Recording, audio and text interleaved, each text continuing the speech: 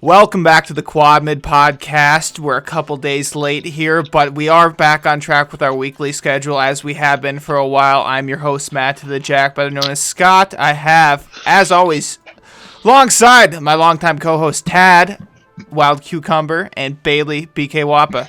Gentlemen, how are we doing today? Oh, I'm doing swell. How are you? Doing just excellent. Thank you for That's asking. good to hear. Guys, I'm going to just express my disappointment that nobody took the opportunity to talk about how out of this world they're doing, because today we're talking about Star Wars, and I'm going to go time myself a 13 knots and find something to jump off of after that joke. Good opening here.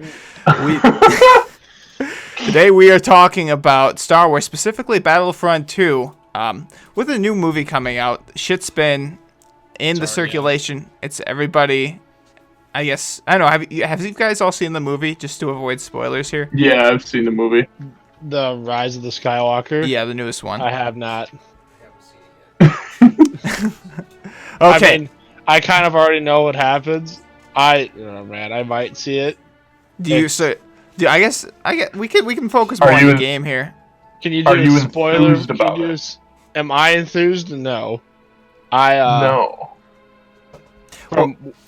Well, here's the deal. I won't say his name because I don't know if he'd appreciate that. But I work with a guy who is a big Star Wars fan. He went to school with us, Bailey. I take at Step, and so. Yep. He saw it, and he did not have very good things to say about it. Okay, yeah. Yep. I was like, oh man, I bet he wouldn't have had good things to say about it. If this guy didn't have good things to say about it, man alive. Yep. Pretty accurate. I'll say, so I wasn't a huge fan of the sequels overall, but not really. Like, the idea of them was exciting. I'm not somebody who hated them from the get-go. For me, the second one really just ruined the entire series. I don't know. I like The Force Awakens. I thought that was cool. I thought The Force Awakens was a good movie, but as somebody who hasn't seen Rise of the Skywalker, I'll say that The Last Jedi has got to be one of the fucking worst. Not even just Star Wars movies, but just terrible. I thought there were a lot of fun parts in The Last Jedi. There are a lot of really, really annoying things in that movie. But overall, I liked the last one a little bit more, but I know I'm biased. Or I just know that my opinion is different from everybody else's. Oh, so you might be the first. So did you say you liked The Last Jedi better than The Force Awakens? Yeah. I like the second I like the second one better. I've literally never heard that opinion. So, props for you, Bailey, coming up with diversity. Trying to be a hipster, dude. I thought The Force Awakens actually was a little bit too much of an homage to of A New Hope. That's fair. If that makes sense. It was pretty carbon copy. It was almost the exact same thing. And I thought that Rise of Skywalker not Rise of Skywalker. The Last Jedi had a little bit more character development. I thought there were a lot of really cool parts. I love that gambling planet. That whole little side thing. That was my favorite part of the movie. And they set all those things free, and they were all running. It was chaos, and not necessarily this shooty action part, but really actiony in a different way. I thought that was really cool. But this newest one was just kind of a puke fest the whole time, and I was not a fan. You guys ready for a real controversial opinion? What's that? I like prequels. You like the what? I like the prequels. Oh, I do too. That's not.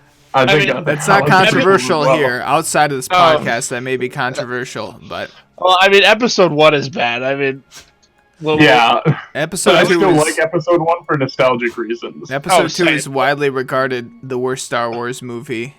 Is it really? I thought episode 1 was. That seems to be the popular opinion. Is that episode 2 really is the least popular? Attack of the Clones. I said I look at Attack of the Clones. I look at the prequels through nostalgia god. Yeah. Oh yeah, no, those exactly. tinted glasses for sure. I was the target audience when they came out. Oh yeah. Yep. Ages ages 8 through 14. But so jazzed about it. I don't know. I recently just got done with a rewatch, and I won't lie. I understand why they're cringy, but lovable. Yeah. And if that doesn't fit my personality, I don't know what else does.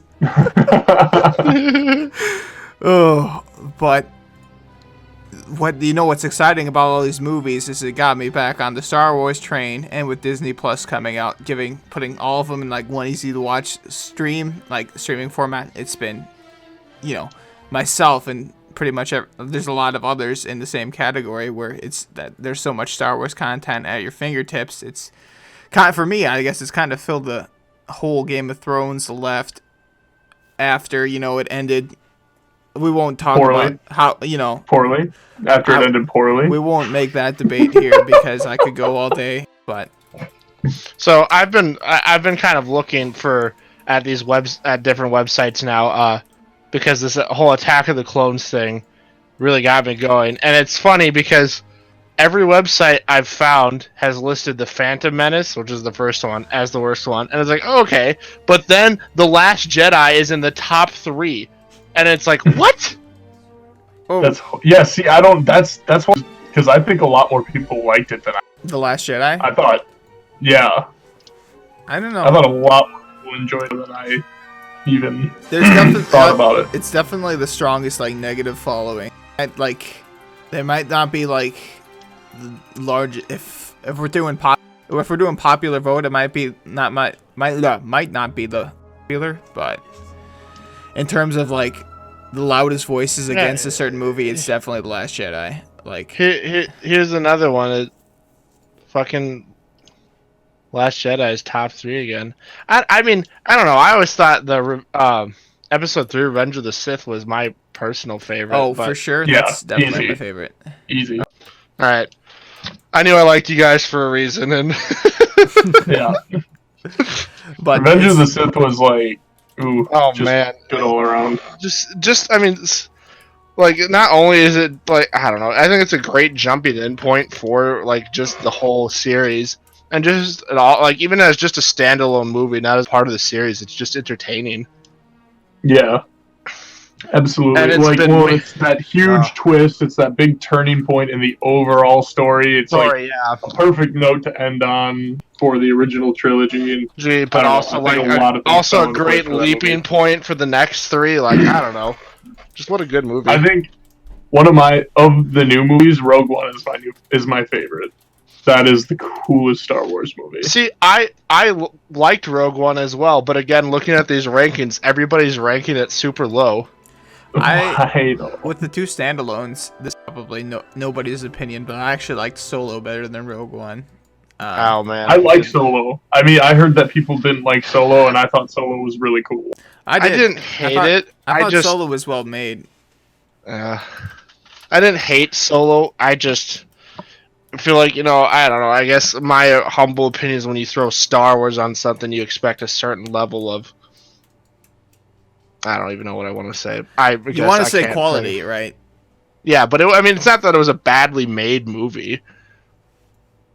I was just What's kind weird of bored to take a further step back when you say just to hone in kind of on a certain level of quality from a Star Wars film. When you look at the original trilogy, it's heralded as this, what's the word I'm looking for? Penultimate of sci-fi trilogies. The Mona Lisa of movies. Of nerd films, I guess. Quantique. The masterpiece.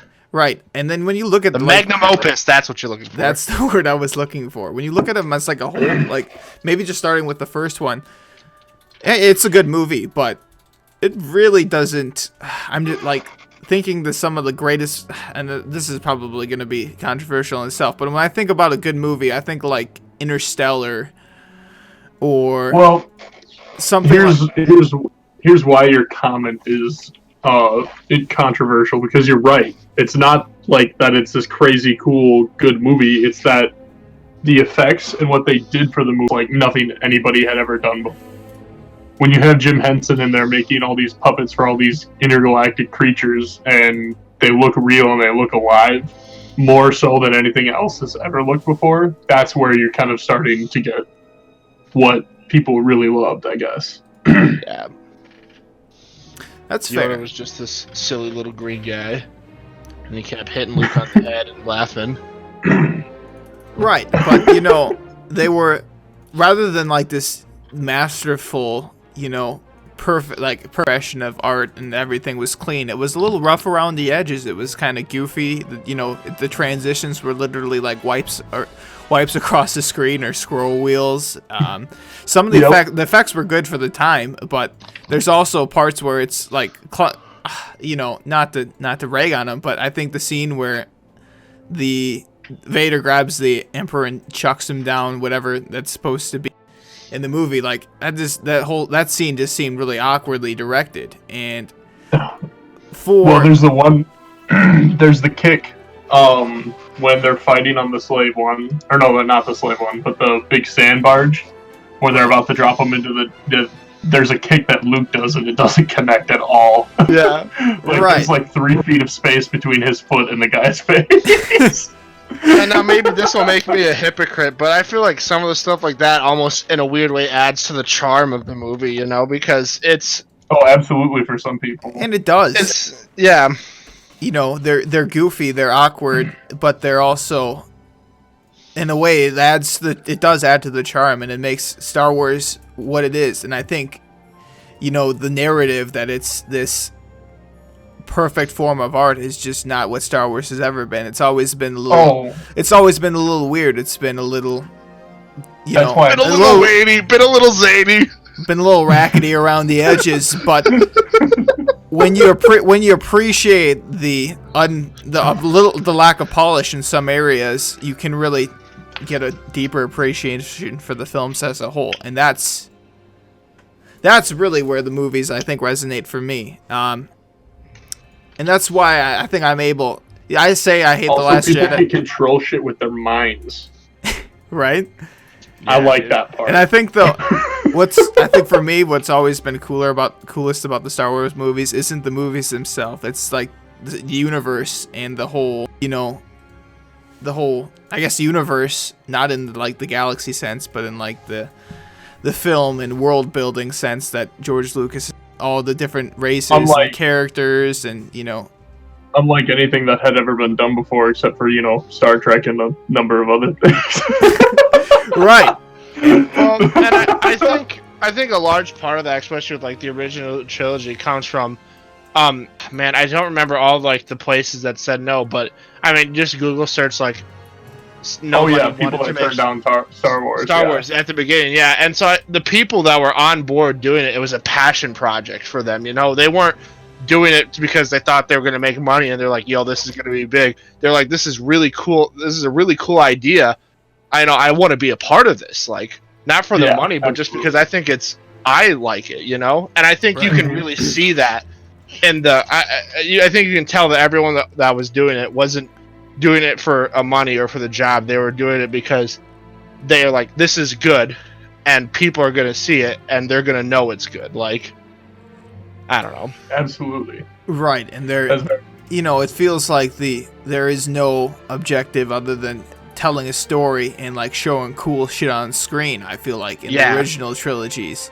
And that for me is where the disconnect, especially with The Last Jedi, is seems like there's a lot of side motivations going on with the movie, like they're trying to make statements and they're, you know, trying to make pop culture references without making culture references. You know, the Last Jedi feels like an active effort to be a Marvel movie, while it's Star Wars. There you go. You guys have your niche. You don't need to do what the other guys do, because the fucking guys who wrote these Marvel movies, like, they watched Star Wars and probably were inspired by it. Like, do Star Wars. Don't copy the guys who are inspired by you. Right? Didn't the guys who wrote The Last Jedi also write season 8 of Game of Thrones?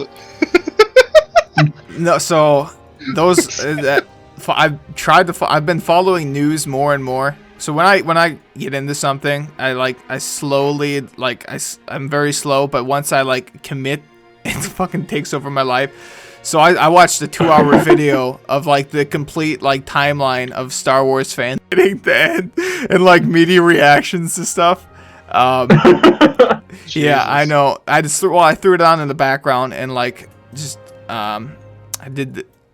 can't remember what I was doing. It was a long weekend, but I threw it on in the background and let it play. I didn't sit there with a bowl of popcorn the whole time.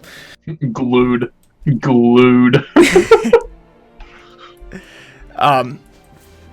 I completely lost my train of thought. Oh, I'm sorry.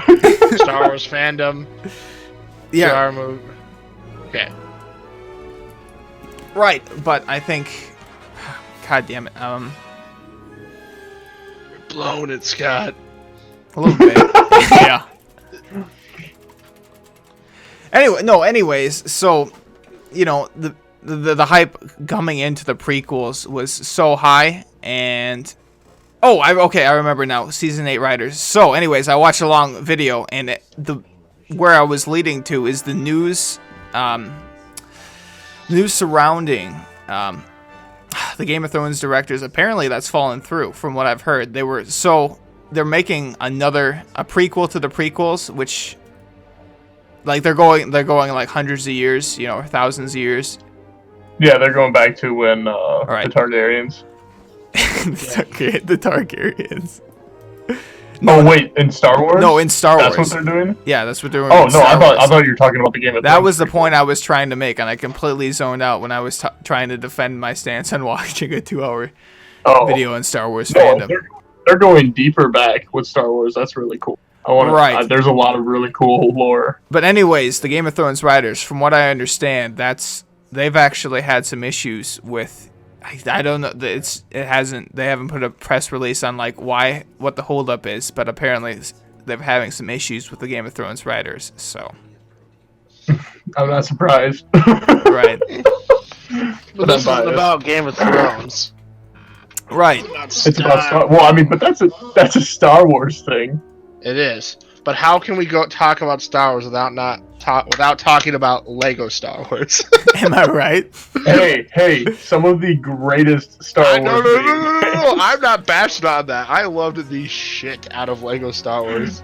Whenever your dad would die, and I was gonna say. Oh yeah, dude. If you want a good laugh, you just gotta look up the soundbite for Yoda dying in Lego Star Wars. I remember, just ticking my brother off because we'd be playing Lego Star Wars. I'd select Yoda, and he'd be like, "Tad, stop!" And then I'd just keep dying over and over. I just like that because it makes Matt angry. Yeah, no, there's some really good games. Speaking of other Star Wars games that are very solid, good Star Wars games, are there any other of those? We were supposed to talk about Battlefront 2, weren't we? We were. I mean, that was on the that agenda. is a possibility. Did you hear that the head of Respawn Entertainment now has a studio? Does he? That used to be DICE. I think it was DICE LA, and now it's just going to be a new Respawn, which is really cool. I heard Respawn's closed down. Actually, am I misinformed here? You're way misinformed. They just made the new Star Wars game. Oh, or the team. Yeah, the team of Respawn. Yeah. Okay. Not Battlefront. Not Battlefront. Yeah. But Fallen Order. Okay. Have you guys? If either of you played that, I have not. But I have seen it and I've heard opinions on it, but I have not played it myself. No. No. But it's more like I've heard it compared to like Sekiro. If Sekiro was Star Wars. Really, I heard it compared to The Force Unleashed. No, it's more. No. It's a little more Dark Soulsy. Like you kind of drop your stuff on death, and you can go back and get it. The nearby enemy will have it, and stuff like that. The battles it's a lot more about parrying and fighting sword combat rather than I've heard very good things about it. I've heard that it runs out of steam towards the end from my friend, but that's. Opinion's going to vary across the board, but it's being hailed as one of the first good EA games in a really long time. Well, speaking of good EA games, let's let's go back. When did I fucking get this game? It must have been It was just after Christmas, so It was a night before Crimbus.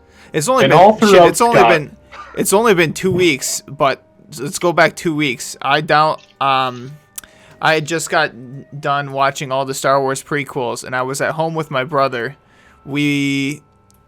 So I don't know if you guys are aware of this, but the original Battlefront 2 is backwards compatible on Xbox now, and so he had downloaded that, and we were playing it, and I was just thinking about, like, holy shit, this game is actually fucking for the record, if anyone's wondering, Battlefront 2 does still hold up the original after all these years. We were playing it, and like we went back and we tried to play 2 on like local co-op split screen. And we're like, oh, this is just awful. But I was so hyped up on Star Wars and getting back into the universe, you know, with the movies coming out, Disney Plus having everything on streaming. I've been watching the Clone Wars, which is like, as a standalone series, is probably my favorite piece of Star Wars content, but that's a discussion for another time.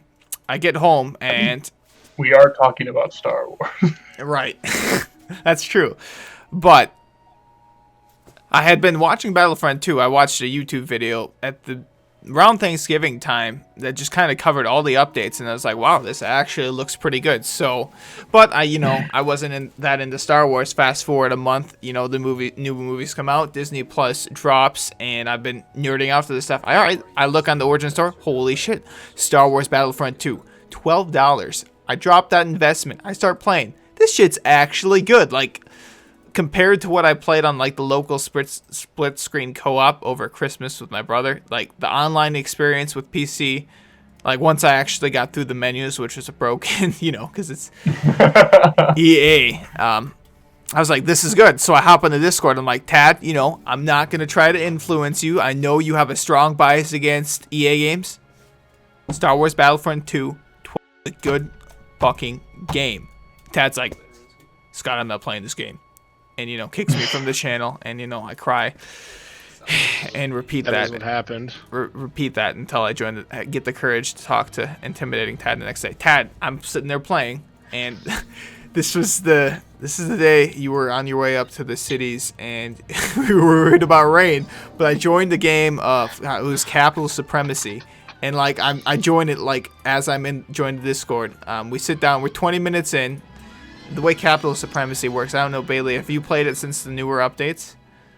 It's kind of like the old Galactic Supremacy, right? Okay, yeah. Galactic Conquest, right. yeah. You capture command posts. The difference is when you get to 100% on the command post captures, you go up into their ship and you have to like capture objectives there to blow it up. That's super. Right. I love that. Well, if the defending team in the ship pushes you back, you end up back at the original command post, like middle point. And if they push you back, you can end up on your ship defending, and that in an infinite loop until one team cycles the ship. So, you know, every cycle we go back to the middle ground, and one team would win. We'd push them onto the ship. I'd be like, all right, boys, it is now 20 minutes in. It is now 40 minutes in.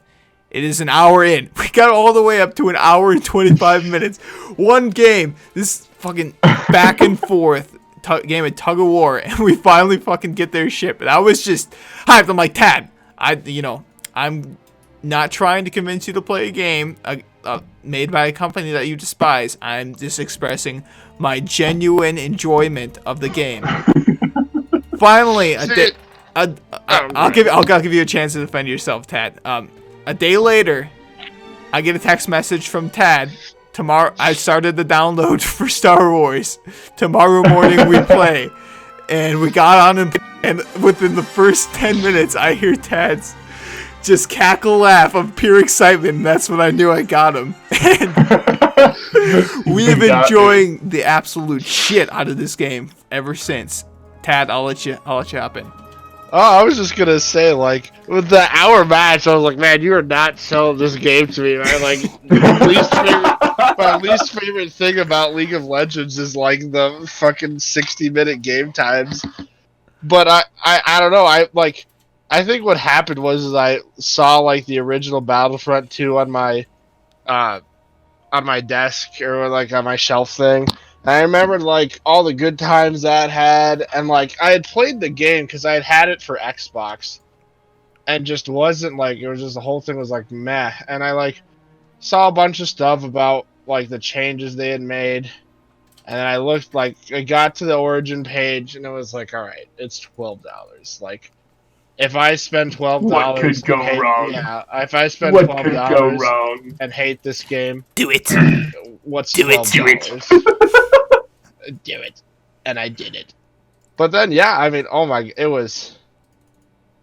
It's just, you know, like I wrote down some things like to mention, and I think like the best part about it is it's impossible to be bored playing that game. There is so much going on. It's like a balance of paths because I don't want to make it sound like that it's like a stimulation overload, but it's just like there's just constant blaster fire around you and like grenades and people yelling, and you know. The immersion is fantastic. Yeah.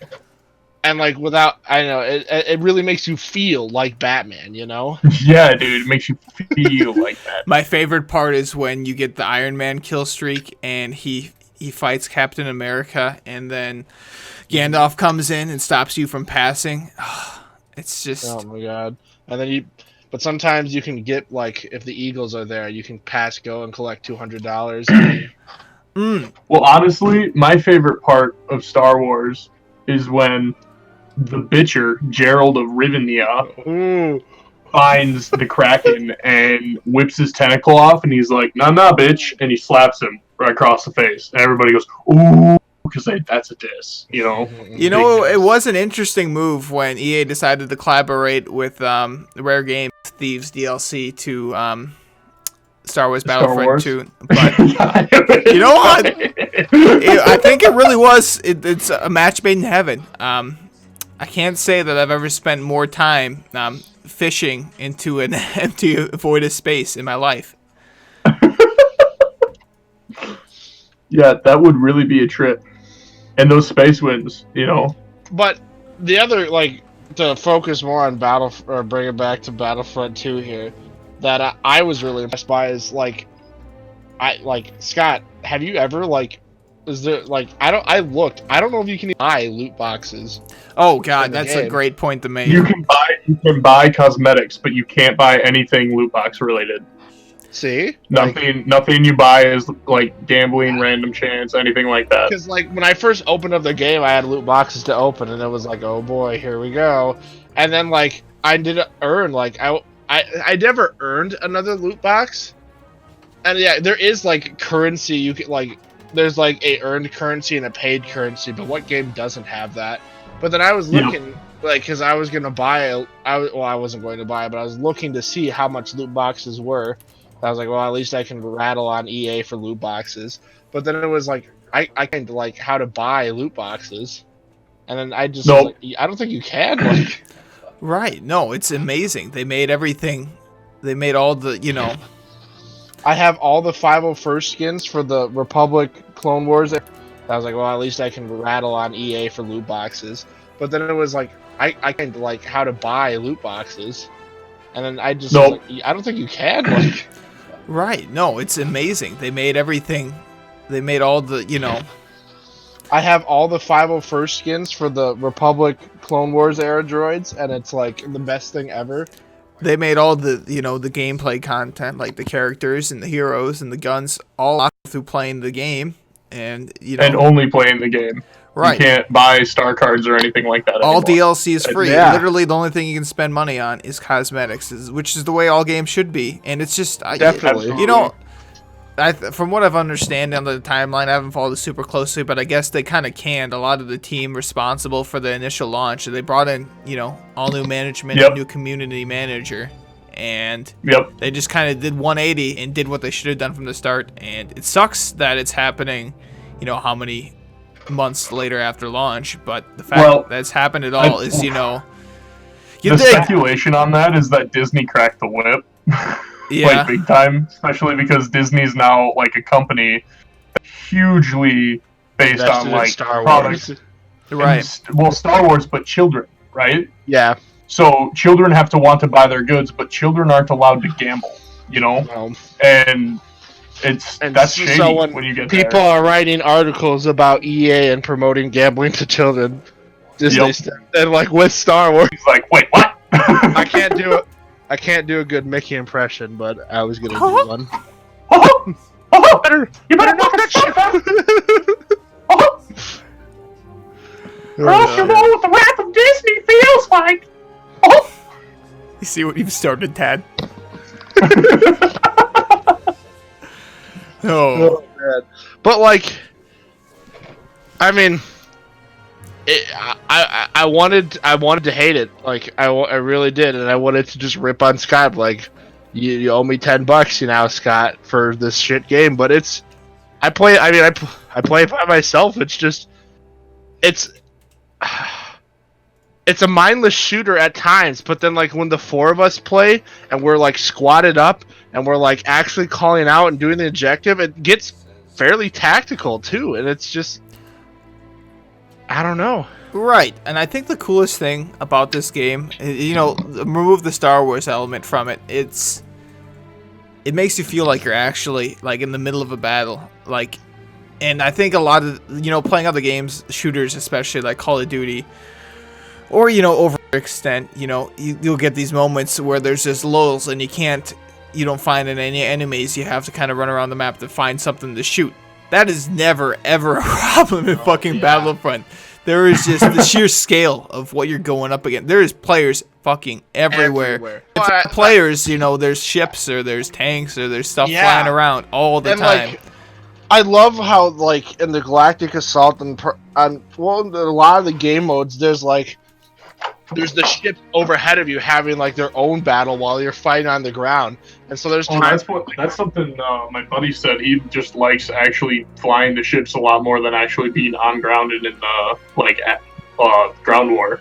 Well, and like it just creates these perfect moments of like the ships doing like strafing runs on you and dropping bombs, and it's like those aren't like sequenced events. That's like a real thing, like that another player is doing to you. It's like really happening. It's not something that you stepped on the trigger a strafing run event, and so it's natural. It's, oh my god.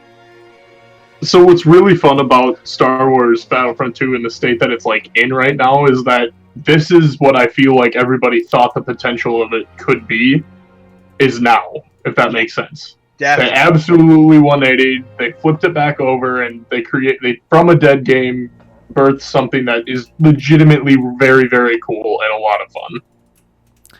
And props to EA for figuring it out. So now here's the $1 million question. Like, Scott and I are reviewing this knowing full well we paid $12 for it. But is it worth $60 though? If it launched like this, yes. Yeah, if it launched like that, I'd say $60 is easily worth. I thought it would have been worth it back then. So like right now, no, because it's a 2-year-old game, and regardless of how good it is, it's not going to be. I don't think any 2-year-old game holds $60 value. I mean, it's like a year and a half. I'm probably overestimating, but if it, I don't know. Hold on, let me check. Yeah, fact check on that one. But continue your thought. No, I guess if it launched like this, it is 100%. It is 100%. Like, if it launched like this, it's 100% $60 game, and it's November 16th, 2017. No, it's November 17th, 2017. Thaddeus. Okay, so it's over a year. 13 months. But I don't know. It's a shame that it took them all of a year to get to this point, but it's also. Wait, you said 2017? Yeah. Okay, so it has been 2 years. 2 years. Okay, it's a shame that it took them 2 fucking years to get to where they are now, but it's reason for optimism because games can launch and they can flop. If they've got the Disney IV drip, plugged into their veins, they can stay alive long enough to become something that actually functions as not only like a playable but a goddamn enjoyable game. Like. So now, then, just the game is on Origin for 30 days. Are we as Quadmitter Feed, the company, recommending Star Wars Battlefront 2 for $30? For $30? Yeah, $30 is absolutely an okay price to pay for that game. Pay $12 for it because that's how much it cost. Well, no, but I'm saying as a $30 game, that is something I would recommend. No, I agree with Bailey. Like, at this point, you can get it on G2A for obviously less than 30, and I guarantee you it's going to go on sale. And so, but if you're just like hankering for Star Wars fun, $30 is well worth it. Right. And I guess I'll make one more point here before we wrap up. You know, the coolest part about this game, I remember a moment distinctly where like they pushed us back into the ship and we were defending, and I come around the hallway, and normally, the problem is you don't see enough people. I immediately just go wiped out, not because this guy's got a better connection or better aim. No, I get wiped out because they fucking run into 12 people barreling down the hallway, all waiting for me to come. And it's the intense firefights you get in where it's literally like 15 people shooting at the same 15 people in a line. It's just... What other game can you get that in? And the fact that it's a Star Wars universe, it just makes it that much better. If I had to summarize my experience with this game, do you guys remember that clip of the Tourette's guy where he's holding the hot pan of water and he's just going fuck? That is me playing this game, but in a good way. I'm having a good time. All right, and I will summarize my experience with the game to kind of cap off my little part. Right now I'm uninstalling Origin because I can't play the game. It's funny? The worst part about it is you have to get through EA, I mean. That's true. That's my first time I launched the game, it took me 30 minutes because when I opened it, my cursor disappeared and I couldn't use the arrow keys to navigate to play. I could only click. This is funny, but the only thing I could open was the fucking store. Some dude, after listening to us talk about how great it was, has bought the game and is now hearing these issues and is like, wait, what? Fuck! Oh, man. I tune into these guys every week. They seem like, genuine uploaders because they're always consistent with when they put out videos, Mm-hmm. I just like supporting small creators, I've been listening reviewing games that are 2 years old. And then they come in here. It's not like there's any new Star Wars game for us to review, Bailey. Which is probably pretty good, but I haven't played. Fuck, did we talk about that one? Sure. I don't even know. Sekiro, but it's Sekiro, but space. Yeah, we talked about Sekiro. That's right. Yep. Sekiro. I don't know how to pronounce it. Sekiro. I know. All right. Any closing thoughts, my gentleman? That was my closing thought. Okay. Thanks for tuning in every week, loyal listeners. Your support is what drives us to upload this podcast weekly. At times it's hard to believe that we've been uploading this consistently for the last how many weeks. There are some weeks I just wake up and I'm like, did we really do a podcast? I don't even remember recording at all, but somehow, week after, here we are. We're recording now, so I know this is happening, and that's to that. I would say, you wouldn't steal a horse. You wouldn't steal a horse. I'm actually looking, Scott. Our first episode was February 16th, 2017. So we're coming up on the 3-year anniversary of the Quad podcast. Our podcast is older than this video game. Just think about how many weeks we've spent in and out every week. Grinding. Yo. Oh, no, just think about every week. Just think about it. I'm going back and scrolling through our past uploads. No, and I actually haven't. I can't get back there because there's just so many videos to get through. I actually have the first one bookmarked. That's how I found it. So, wow. Just think about how much through. I actually have the first one bookmarked. That's how I found it. So, wow. Just think about how much time is in between every week. It's Sigma. That's all we got for you, folks. Yeah. Thanks for tuning in. We will see you guys the next time we upload, and do not ask when that is. This has been the 2020 edition of the Quad. I'm Scott. I'm Scott. That's Tad. And that is Bailey. We'll see you guys next time. Thanks. Roll the outro. Oh, Man. that was good. It was a little rusty. I felt a little rusty. I'm not gonna lie. You're always gonna feel a little rusty.